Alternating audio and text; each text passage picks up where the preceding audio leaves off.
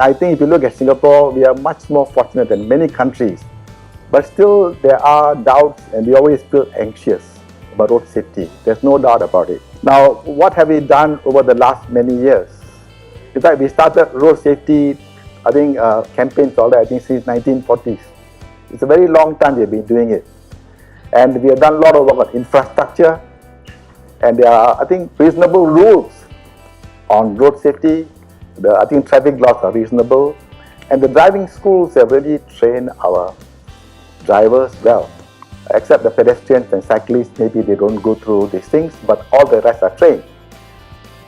So what is lacking? What is lacking? We have all these things, the basics are there, but still something is lacking. And I think what's lacking is probably this question of road sense that Uli is talking about. Now, is it always lacking?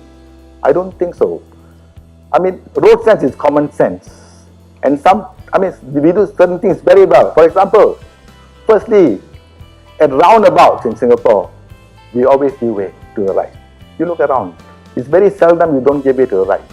You go to any roundabout, you go to Pioneer Circus, you go to Newton Circus. People somehow know it is wrong not to give way, and they are worried they will be involved in accident, they give way. So that is a good road sense. But how come these same people at traffic lights, they will beat the red light? The same people will do that, knowing that's much more dangerous to beat red light than to get accident in a roundabout. But they do that. The other thing is, whatever it is, our drivers give way to pedestrians. They may not like it, but they do it. At zebra crossings, they give way. They give way at green man, red man crossings. When they turn left, they turn right, they give way. Why they do it?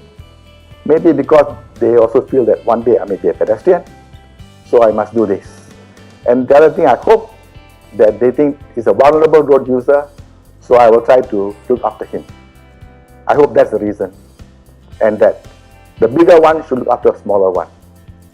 But the same driver will not give way to will probably treat the cyclist badly, will treat the motorcyclist badly.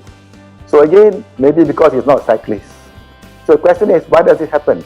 That where we can behave in certain manner, in certain places, but we don't carry that with us all the time.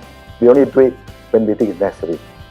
So it's not that road sense is lacking, but probably it is not being permeated through all our activities. So I think what we should do is look after the smaller road users. The bigger one should look after a smaller one. And that is not a difficult thing. You should not bully the smaller one. That is my thing. Let's talk about road rage. Now there's road rage, we read about it all the time in newspapers, but there's no pedestrian rage. Why is that? Because I think the road user is anonymous, the motorist is anonymous, he can do what he likes, nobody knows him. But when you go on the road, when you're crossing the road, I don't see them fighting. I think when you make a mistake, you just probably look at the chest and say, I'm sorry. And once you say sorry, probably that rage is gone. So I feel that maybe you should think as a pedestrian when you're driving, that you don't get angry when there's a problem because you say sorry, maybe wave a hand or something like that. So I think what I'm hoping is that in this case, people should behave like pedestrians and not get the road rage, because road rage does result in accidents, anger and so on.